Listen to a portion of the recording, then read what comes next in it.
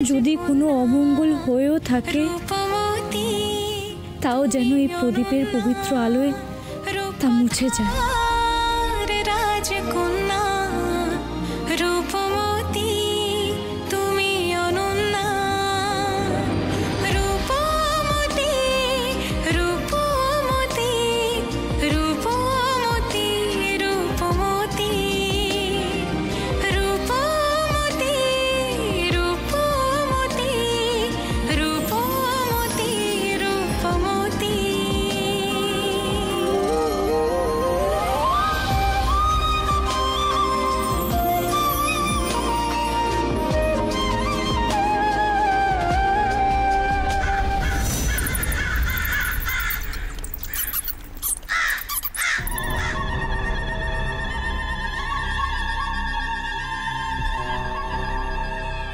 বাহ, ব্যবস্থা তো বেশ ভালোই দেখছি।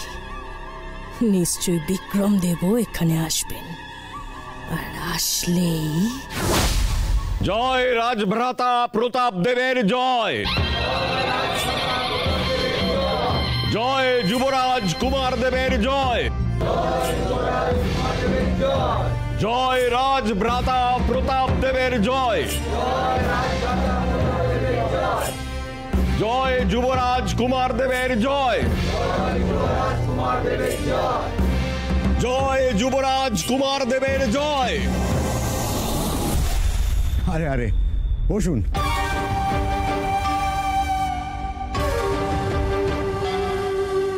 আমি রূপনগরের রাজভ্রাতা ও উপদেষ্টা মণ্ডলীর অন্যতম সদস্য প্রতাপ দেব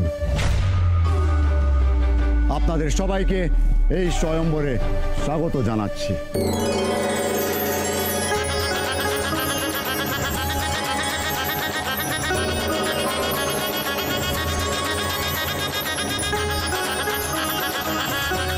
আমাদের রাজ্যের রাজকুমারীর স্বয়ম্বরে অতিথির আসন অলঙ্কৃত করে রূপনগরের সম্মান বাড়িয়েছেন, তার জন্য আমরা কৃতজ্ঞ।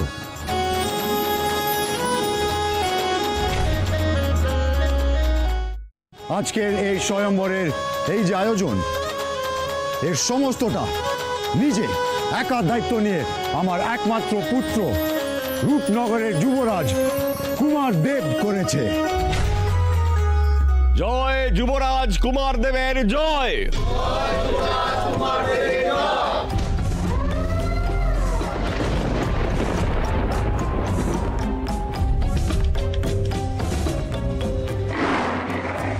অবশ্য ওকেই এরপর থেকে সবকিছু করতে হবে, কারণ স্বয়ম্বর মিটে গেলেই কুমারের রাজ্যাভিষেক হবে।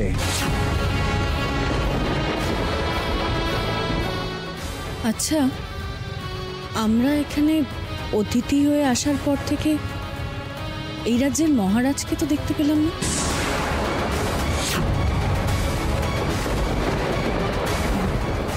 কি হয়েছে ওনার? ওনার কি কোনো সমস্যা হয়েছে?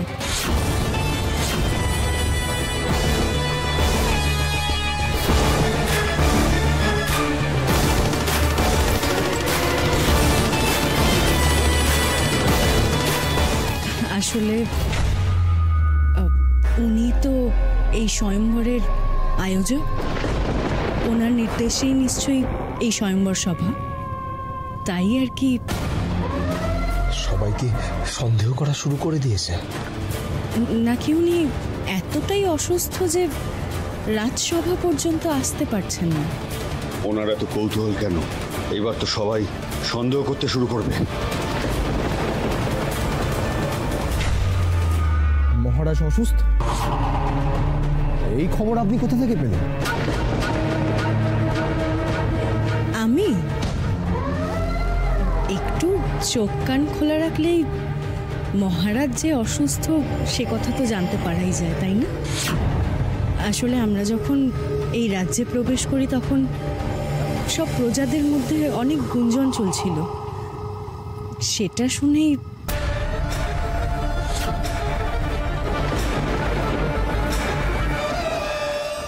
এই আলোচনাটা এক্ষুনি শেষ হওয়া দরকার। তা না হলে বাকি রাজ্যের অতিথিরা অতিরিক্ত কৌতূহল প্রকাশ করতে শুরু করবে। মানুষের শরীর থাকলে রোগ ব্যাধি তো থাকবে, সেটা গুরুত্বপূর্ণ নয়। গুরুত্বপূর্ণের খবর এটা যে মহারাজ এখন অনেকটা সুস্থ। মহারাজ এখন বিশ্রাম করছেন, সময় মতো উনি ঠিক হাজির হবেন।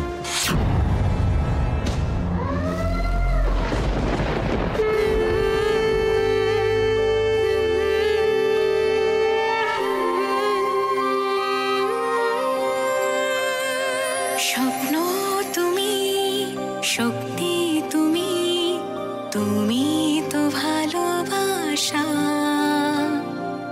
অন্ধকারের আলো হয়ে তুমি তো জাগাও আশা, রূপকথার রাজকন্যা, জয় রাজকন্যা রূপবতীর জয়, জয় রাজকন্যা রূপবতীর জয়, জয় রাজকন্যা রূপবতীর জয়, জয় রাজকন্যা রূপবতীর জয়, জয় রাজকন্যা রূপবতীর জয়, জয় রাজকন্যা রূপবতীর জয়। রূপমতী, রূপমতী, রূপমতী, রূপমতী, রূপমতী, রূপমতী, রূপমতী।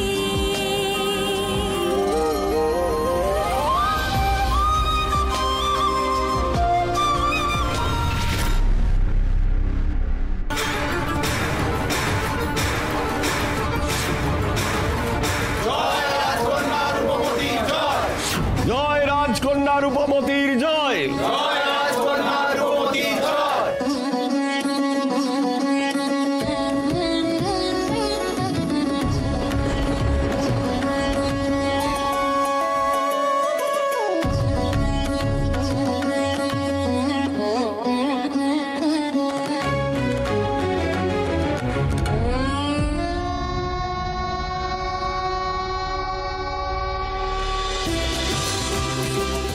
প্রণাম রাজকুমারী। রাজকুমারী, আমি আমার রাজ্য থেকে আপনার জন্য সামান্যতম উপহার এনেছি। আপনার হাতে তুলে দেওয়ার জন্য আমি অনুমতি চাইছি। উপহার তো সবাই এনেছে, আপনারা এক এক করে আসুন। রাজকুমারী আপনাদের উপহার সাদরে গ্রহণ করবে। রাজকুমারী, আমি আপনার জন্য উপহার এনেছি বস্ত্র। আমি অহংকারের সাথে বলতে পারি এই বস্ত্র আপনি আর কোনো রাজ্যে খুঁজে পাবেন না।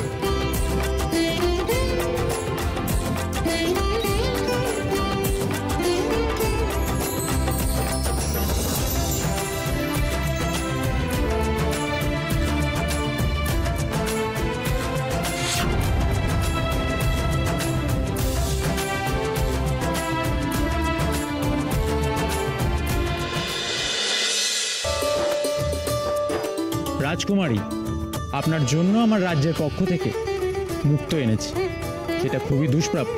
তবে আমি এও বলে রাখি, যে শক্তি নিজের বুকে এই মুক্তকে লুকিয়ে রেখেছিল, সেই শক্তির মতোই আমার বিশাল এই বুকে এই মুক্তর মতোই একটা অমূল্য দুষ্প্রাপ্য হৃদয় রয়েছে, যা কোনো একদিন আমি আপনাকে উপহারে দিতে চাই।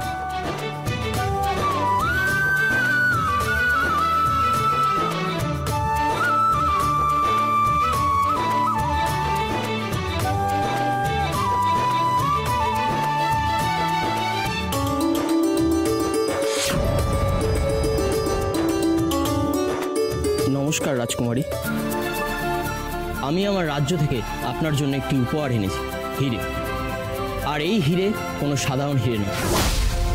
এই হীরের মূল্য আমি আপনার কাছে উল্লেখ করব না, শুধু এইটুকু বলতে পারি এই হীরের বয়স প্রায় 100 বছর। আর এই 100 বছর ধরে এই হীরে আমার রাজ্যের অহংকার। আর এই অহংকার আজ আমি আপনার হাতে তুলে দিতে চাই।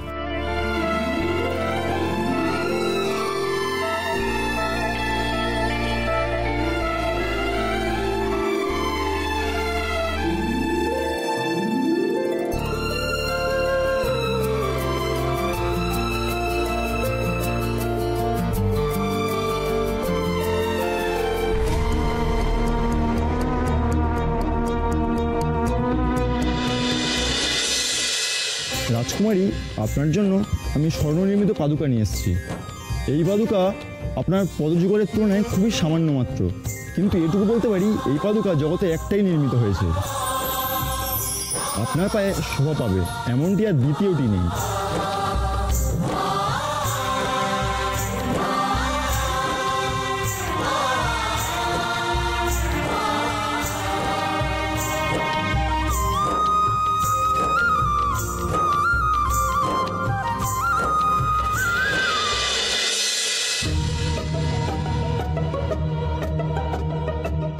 প্রণাম রাজকুমারী।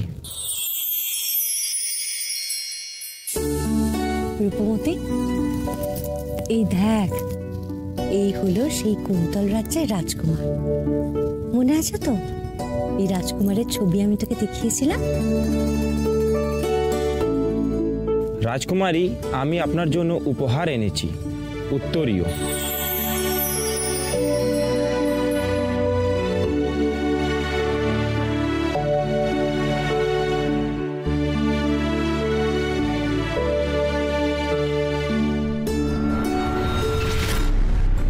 প্রণাম, আমি অনল রাজ্যের রাজকুমার।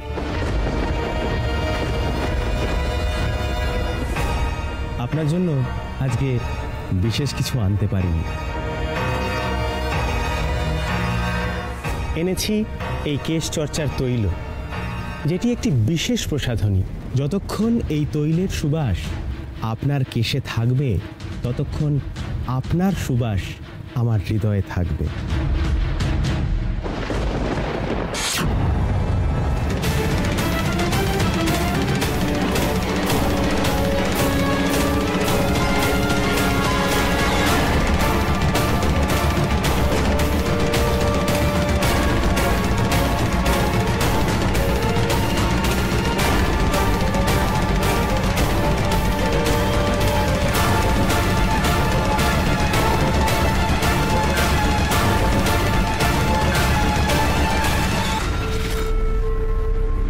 আপনাদের সবাইকে অনেক অনেক ধন্যবাদ।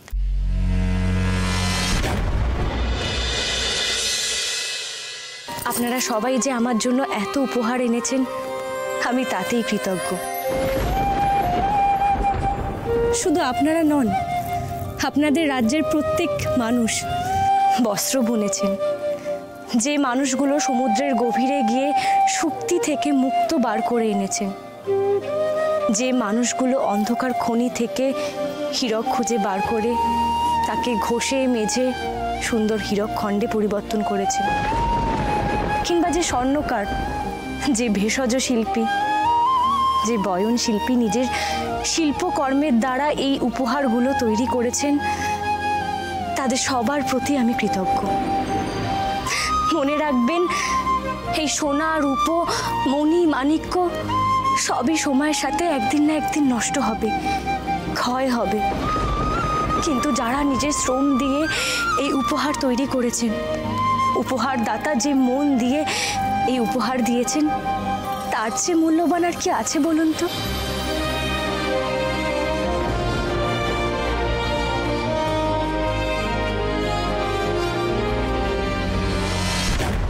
বাবা, দিদিকে থামতে বলো।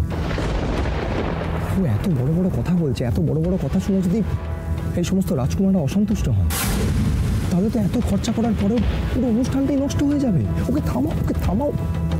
আহা রাজকুমারী, ঠিক আছে, তুমি বসো। অনল রাজ্যের রাজকুমার যে দাঁড়িয়ে আছেন, আপনিও বসুন।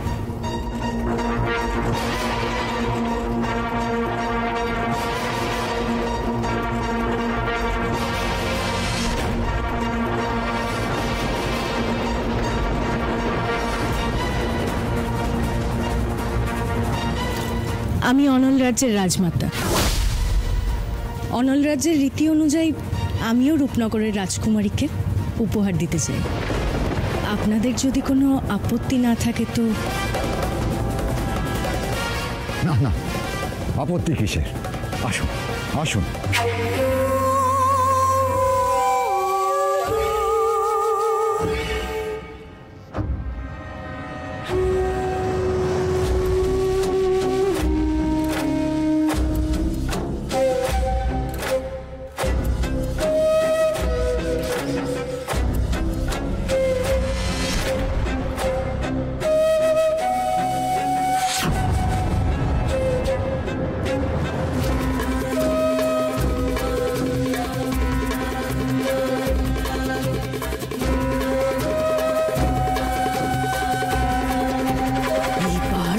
বুঝে নিতে হবে। দৈবকন্যার ক্ষমতাটা একটু যাচাই করে নিতে হবে।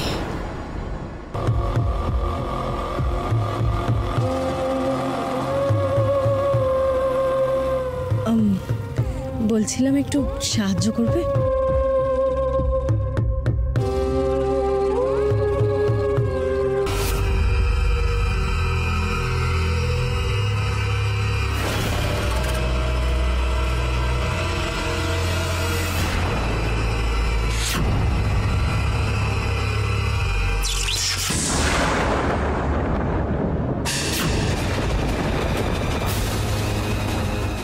এইবার আমি নিশ্চিত তুই রাজকুমারীর সখী আসল দৈবকন্যা।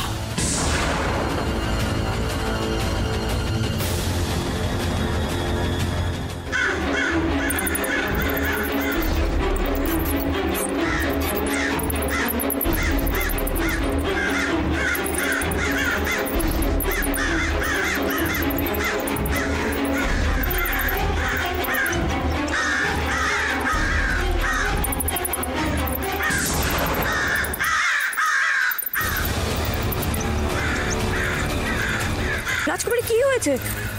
দেখ না, এই জায়গাগুলো কেমন জ্বালা করছে। জ্বালা করছে? দেখি দেখি। আপনারা কেউ বিচলিত হবেন না। আপনারা আমাদের অতিথিশালায় গিয়ে বিশ্রাম নিন। আমরা বাইরে দেখছি কি হচ্ছে। এসো তোমার। রূপবতী,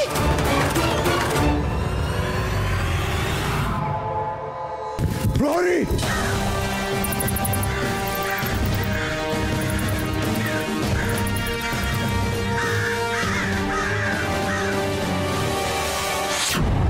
কোথায় যাচ্ছ বিষাণকেতু? আমার আর মায়া কাজ করছে না। এসো আমার সঙ্গে।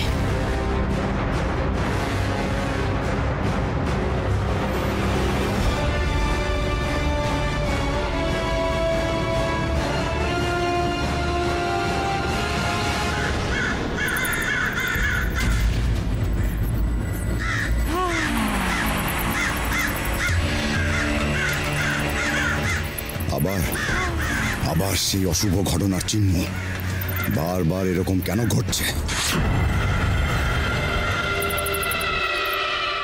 প্রহরী, তোমরা দাঁড়িয়ে কি দেখছো? এই পাখিগুলোকে তাড়াবার ব্যবস্থা করো। আগুন জ্বালাও। না না, এরা কি পাখিগুলোকে মারার চেষ্টা করছে? সেটা তো শুভ হবে না। আপনি ভয় পাবেন না রাজকুমারী, আমি আছি। আমি এখনই শতাগ্নি বাণ মেরে এদের সকলকে দূর করে দেবো। এই, আমার ধনুক আর তুন নিয়ে আসো। না না, আমাদের জন্য তীর নিয়ে আসো।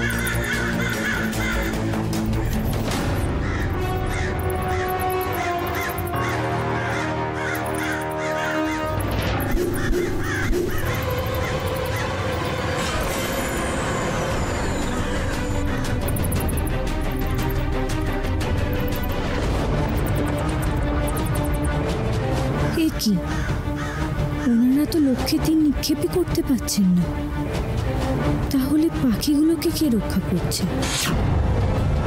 প্রত্যেকবার তীরগুলো পাখিগুলোকে মারার আগেই ভেঙে যাচ্ছে কেন?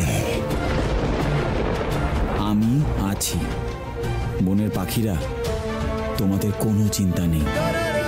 আমি যেমন বনের মানুষদের রক্ষা করি, ঠিক তেমনই তোমাদেরও রক্ষা করব। যতক্ষণ না তোমরা আক্রমণ করছো, ততক্ষণ আমি তোমাদের রক্ষা করব। আসুন রাজমাতা, আসুন। আমার আর মায়া কাজ করছে না। এই হলো আপনার জন্য কক্ষ। এই ঘরে সব কিছুর সুব্যবস্থা রয়েছে। এই দেখুন, পালকের বিছানা, সুমিষ্ট ফল, সুগন্ধি ফুল, সব কিছু।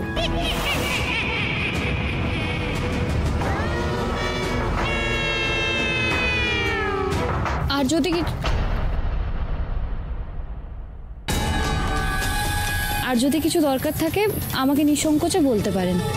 না, তুমি যাও এখন।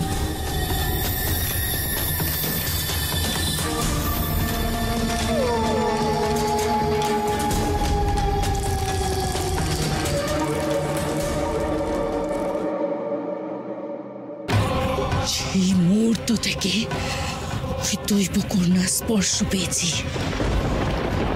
সেই মুহূর্ত থেকে আমি আমার ছদ্মবেশ হারিয়ে ফেলেছি।